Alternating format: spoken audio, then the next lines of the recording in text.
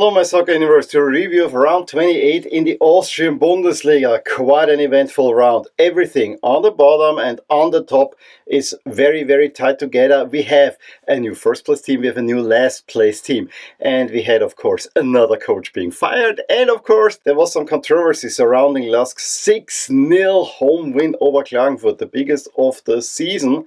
And maybe, just maybe, the firing does make sense right now. But of course, the LASK fans are turning majorly against their CEO. And this is where I actually want to start this video. I mean, I knew that there's something brewing around this game because that sacking of Coach Schopp came really out of nowhere. And yes, in a way, the LASK leadership, and that's especially CEO Gruber, more or less listened to the fans, because after each of the wins that we had as of late, you could only read, oh, they're really playing awful, and, you know, Schopp should go. Well, he was fired after all, but I guess the larger picture is, and what really shocked me as well, that, you know, something was building here. You saw a definite improvement, and there seems to be no leadership. LASK are kind of zigzagging coaching-wise ever since the great duo up top with Sigmund Gruber and Jürgen Werner was dissolved as a consequence of the Corona scandal, which I have made a video about a long time ago. And yeah, we see that Jürgen Werner, who provided the sporting expertise, is now very successful with Austria Vienna, where Sigmund Gruber, very successful on the financial side of things.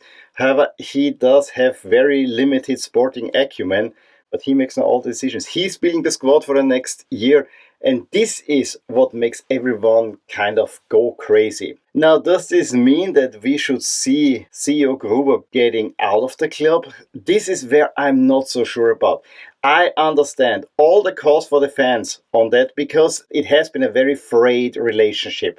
There's no doubt about that, from high ticket prices to promises broken, the sponsors getting too much involved with the club, even demanding that the pink jerseys have to be used.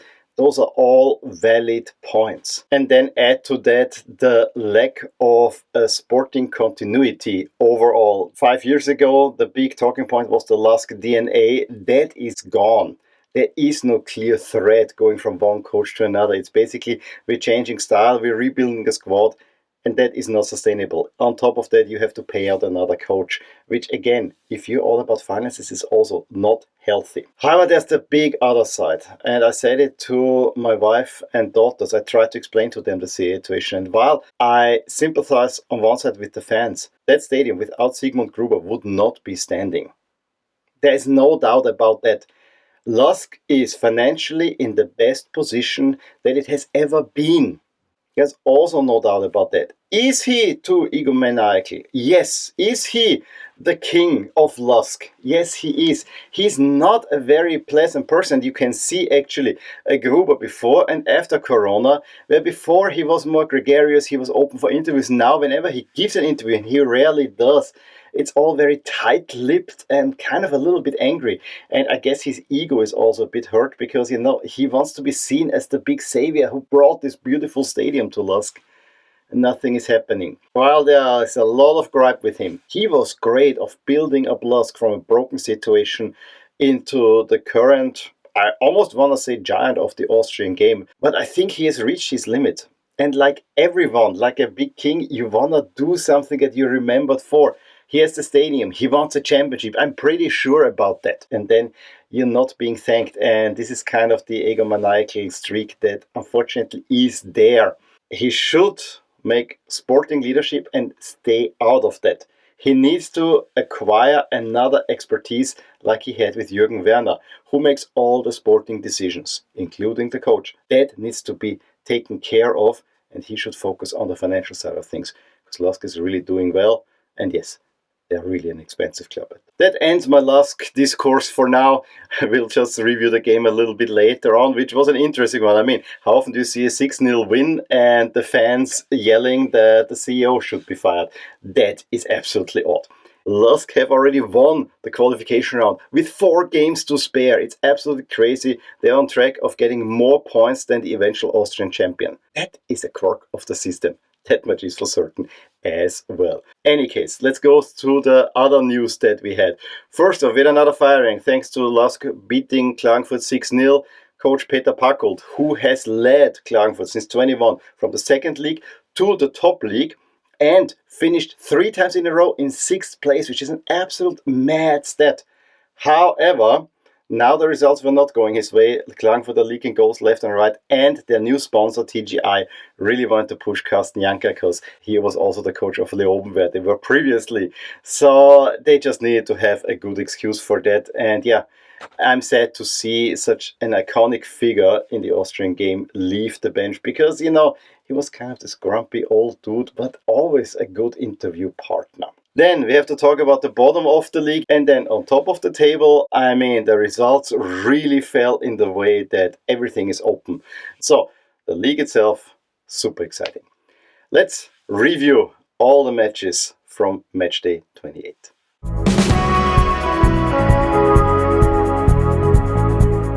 In a very lively Friday evening game, GRK pick up a point at Hartberg, reversed the trend from the midweek. A Hartberg team, of course, that was already focusing a little bit more onto the cup final.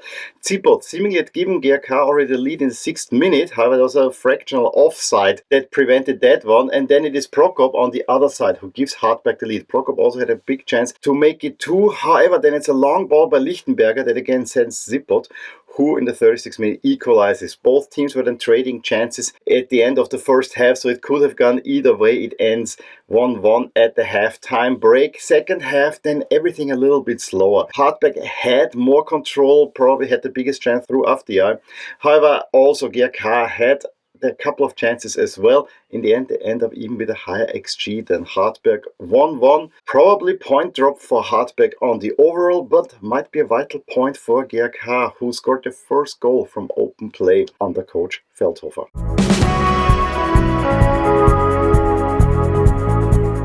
Altach finally reward themselves for good play and get their first home win under their meanwhile not so new coach Ingolic, who actually would have been fired if they wouldn't have won this game. But they get a huge 3-0 win over WSG Tirol side that was a little bit off the pace this time around. They already looked not good on a go-ahead goal by Fredrikas. However, there was a clear foul in the build-up, and so this one was called back. But then Ingolic, the brother of the coach, assists Kaiba in the 29th minute to give Altach the lead, and that more or less set the game on. Fredrikas just before halftime, and yes, Lawrence didn't look good. He cleared it on the line, put it into his own goal, but they gave the goal to Fredrikas. Makes it 2-0, settling the game. Then second half, a whole lot of nothing. In the end, Gebauer in the 93rd minute adds a third. Altach not in last place anymore.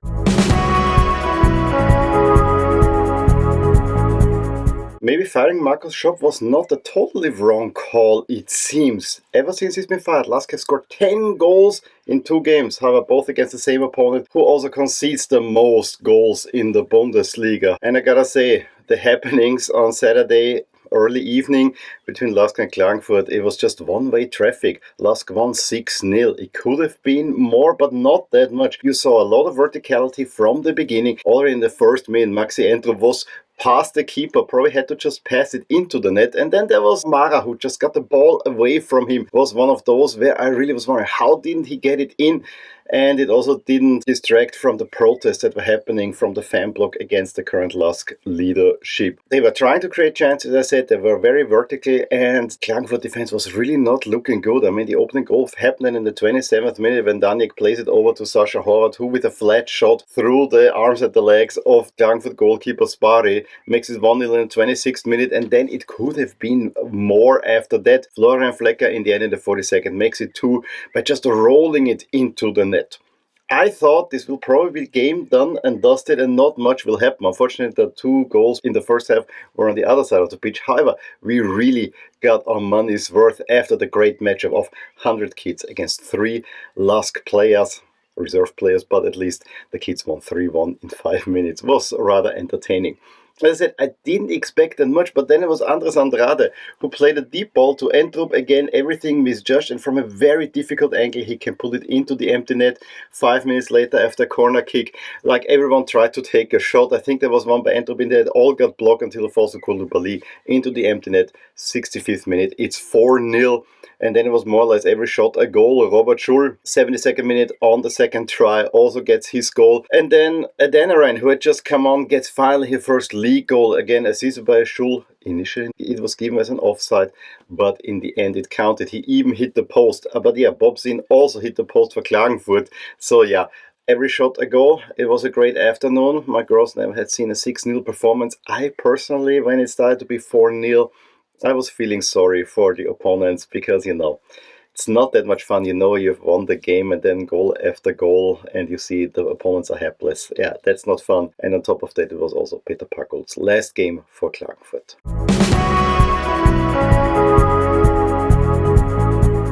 Even under new coach Kulovic, Rapid could not turn around their fortunes against Blau-Weiss. At least they pick up their first points against Blau-Weiss this season. Started out with tons of chances where Wittek really saved well. However, they also were lucky because in the 40th minute Miranda headed it in after a free kick, completely forgotten by the Rapid defense. However, there was Simon Seidel blocking Bolla and he was in an offside position, so the goal was called back. I would even argue somewhat controversially so, although I can understand the call. But the game had at this moment almost fizzled out. Again, Rapid started well in the second half. For the first 15 minutes, they did create some chances, but nothing really to bother Wittek. Whereas Blau-Weiss Linz had some really good ones. There was, of course, Ronivaldo hitting the crossbar. There was Nos seeing his shot saved right from a short distance. There were even 2 more really great chances later on. And so it would not have been a surprise if Blau-Weiss Linz win that one. In the end, Rapid are pushing for the win. There was a great Sangaré shot that could have won it. However, the negative was, of course, Burgstaller being sent off by grabbing the neck of Alan Pasic, who of course made the most out of that one.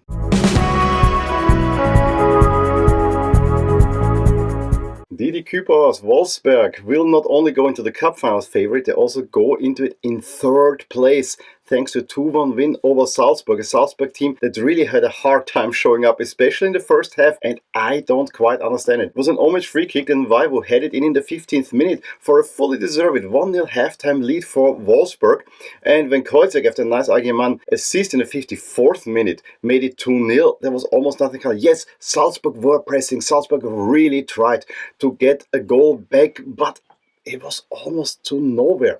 And it has to be added, this was a Wolfsburg team who saved 5 players for that cup final. So that was really remarkable. In the end, a penalty is given in the 94th minute that Nene does convert, so it's only 2-1. Baidu, after the end of the game, is even sent off for 2 yellow card offenses. I guess he was having a go at the referee. But this now sees Salzburg in 4th place. Their title push potentially over. I mean, it's still very, very, very tight up top.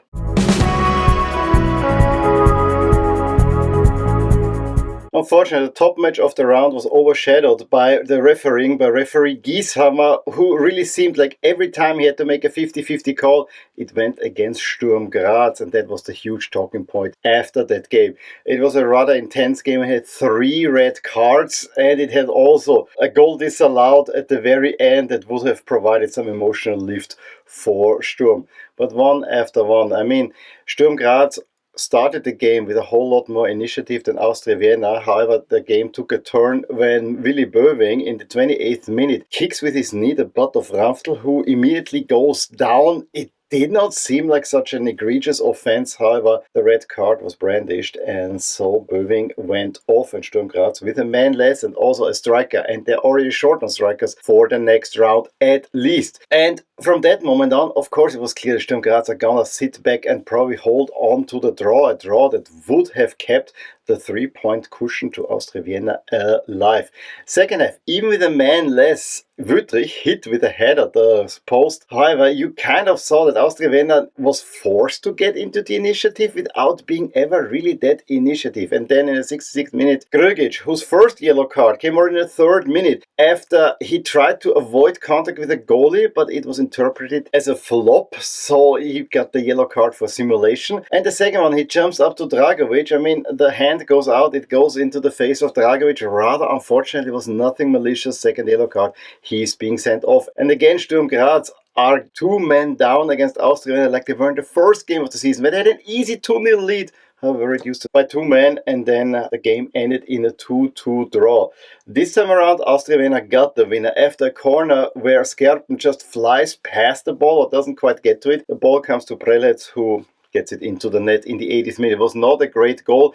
Then even Ramftl is sent off for his second yellow card. Then it was hanging on time for Austria Vienna with a man more, and that was really weird. And Sturm Graz actually got the equalizer. However, Ivo pushed an Austria Vienna player in the box. I would say that's probably the one decision that I would fully sign on to, so the goal was disallowed as a consequence. But so many discussions after the game, and none of these are about what an intense and gripping game that was.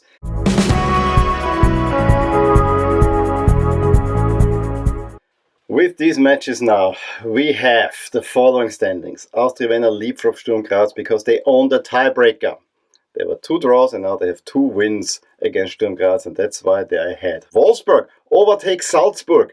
So Wolfsberg are just 3 points behind the top and actually don't look unlikely to maybe get involved there, and you also wouldn't pull it beyond Salzburg, who have a rather stiff program in the next 2 rounds, but that can catapult them very much back into this title race. Still, slight advantage Sturm Graz, however, I think this could go down to the wire. Also, Rapid and Blau-Weiss, very close together. They just played each other twice. I want to see how this is going forward. I could see Blau-Weiss being also a deciding factor in the chase for the championship, and then Rapid is in trouble. Honestly, I would love to see Rapid finish in 5th, because a potential playoff against Rapid is a much more palatable choice than Blau-Weiss Linz at the moment. On the bottom, I said already, LASK have won the qualification round because they own this tiebreaker. LASK's points have been rounded down, so whatever Hartberg is doing, LASK will always be ahead. So with 12 points, that is done and dusted. But look, everything below LASK. Yes, Hartberg, I think, are also more or less safe, but then Tirol, Altach, Klagenfurt and GRK within 2 points of each other. That's gonna go down the wire. And I'm looking at Altach, who have to play the last game at LASK. That might not be very favorable. Well, you know, we gotta see. Austria Klagenfurt have all the last games behind them, and who knows whether LASK will win out. I personally don't necessarily expect it.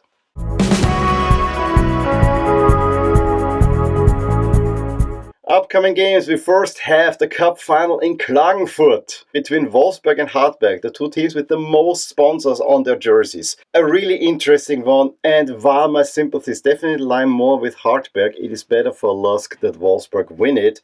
And for that reason, I hope that Wolfsberg will win it. Wolfsberg probably have also a slight home field advantage. Wolfsberg is also in the province of Carinthia, as is, of course, the place of the final in Klagenfurt. But this is a final for the ages. 2 teams that have never been there.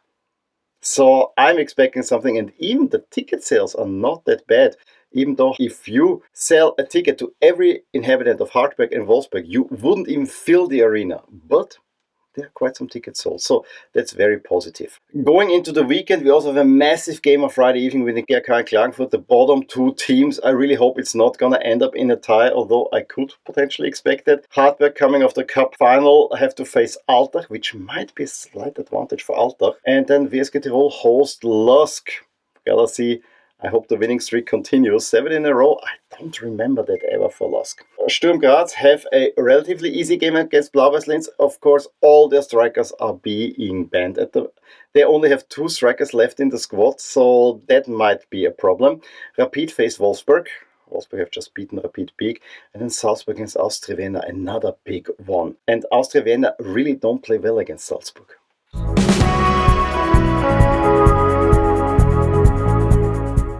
So this was this lengthy review. So much going on in the Austrian Bundesliga. As I said, maybe not the greatest games overall, but so much happening, and it's really, really exciting. The champion, I think, will not be a dominant champion as we had in the last few years, because at the moment you can make a case for all of the top 4 teams. I would love it if Wolfsburg win that one. it will also show CEO Gruber that, maybe you shouldn't have let go of Kübauer because he can make something. I think that Wolfsburg are the outsider of all the outsiders. It will be between the other